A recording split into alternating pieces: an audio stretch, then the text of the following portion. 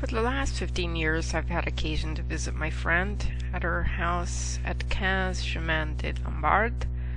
Among my favorite things to do while there, indeed, one of my favorite things in the world, is my almost daily walk downhill to the Migros, a walk that commences when I exit the garden gate and turn right.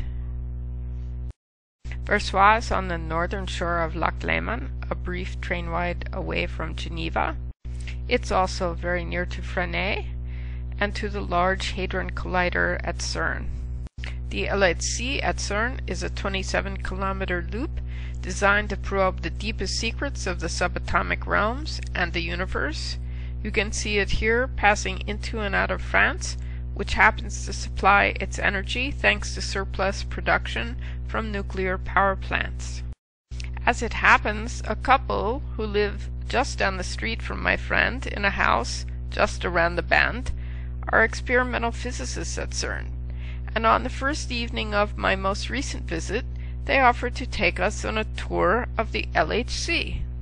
Here are some shots of the atlas, one large component of it, which will, according to physicists, give us insights into the birth and ultimate fate of the universe. Or maybe not. Unfortunately, I didn't get to see Atlas or Alice or Totem or any of the other components of the largest machine in the world, because security had been tightened as the magnets, being cooled by liquid nitrogen and helium, headed for negative 271.3 degrees C, close to absolute zero. Some of the heightened security was necessitated by publicity seeking by the scientists themselves. But some of the current concern was also due to the book Angels and Demons, in which an ancient secret brotherhood steals antimatter from CERN and attempts to blow up the Vatican. Just past the house of the physicists is a great stand of bamboo. The first time I noticed it, I was astonished. Bamboo in Switzerland? But further observations revealed that the towns around Lac Léman occupy a salubrious microclimate.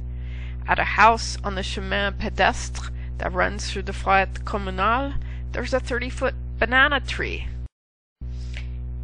In Tannay, on the lawn of the Marie, there's a sequoia, which reminds me of a stately redwood growing on the shores of Coniston Water on the way to John Ruskin's house at Brantwood. Geneva has also proved hospitable to other exotica, viz. Voltaire. This is his château at Fresnay, which you'll recall falls just within the LHC circle. Indeed, this region along the Franco-Swiss border is dotted with Neolithic monuments, many taking a ring-like shape.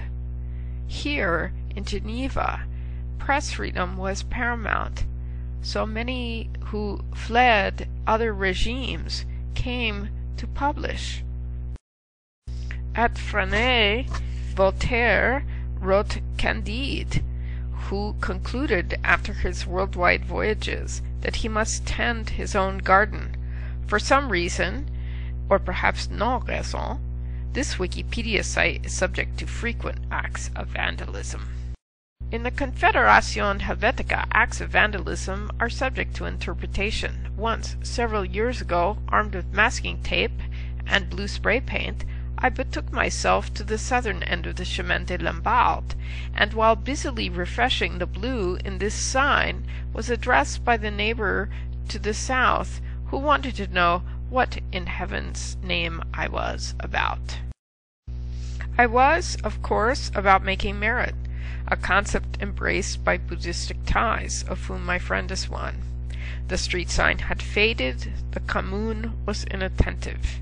She had it on her to-do list, mine was less jammed. I betook myself to repaint the sign. It was less lovely than Thai-making merit ceremonies. But there you go. If you turn left, you come to the Verger de Saint-Loup. Amid the orchard sits a beautiful barn where you can buy apples and pears. If right, you're on the route Saint-Loup, headed to the centre-ville. I'm unsure who Saint-Loup was in Versoix history, though I favor the notion that the road was named after Proust's character. I've long been fascinated with hedges, and this time in Versoix they seemed particularly refulgent, hornbeam and beech and hawthorn and arborvitae. I first became intrigued by hedges in 1977 when I went to England after graduating college. A few years later, on Dartmoor in Devonshire, where some hedgerows are estimated to be 800 years old, I renewed my passion. I also came to understand a Jimmy Page lyric that perplexed many Americans at the time.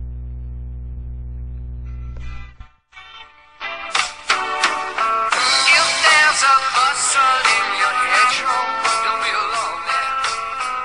It's just a sprinkling for the May Queen. Yes, there are two paths you can go back, but in the long run, there's still time to change the road you're on. Walking in Versoix this time, I also thought of a passage from Handke's My Year in the No Man's Bay. He advances a metaphor for achieving harmony. He writes, "Another little metaphor on this subject which again will not fit perfectly. The Brittany line ran along for a stretch in a concrete walled cut. Despite the slight distance from Montparnasse, their station of origin or destination, the trains whizzed through there as if already out in the open countryside, and the air current they created always buffeted the luxuriant vegetation that hung down over the steep walls of the cut. The same thing happened with the occasional bushes twisting their way up from below. Even the ivy, which had managed to worm its way into the concrete, was torn loose in the course of the years by the gusts, and floated after the trains as they sped by. Time and again the vegetation was removed, and then, before new vegetation maybe took its place, a pattern of rough semicircles was revealed on the wall, often layered on top of each other, light patches scratched and etched in the concrete by all the bunches, fans, trailing streamers as they brushed back and forth. If that stretch of wild growth had earlier appeared random, when it was cleared away the half-ring or half-moon forms left behind in its absence appeared entirely orderly. They differed only in size, and were rounded off either at the top or the bottom, depending on whether the plants had been growing up from below or hanging down from above." And here we are at the Migros and the Versoix train station. One set of tracks leads to Lyon and Paris via the TGV, the other to Lausanne and Montreux and Martigny, which Napoleon marched through on his way to conquer La Belle Italia, as described so vividly by Stendhal in La Chartreuse de Parme. But my goals are more humble, not romance nor conquest, just a simple gustatory prize, noisette yogurt, which can't be found in the U.S. If the LHC does, as some people fear, spawn a black hole, I want to be on the event horizon, savoring noisette yogurt into eternity.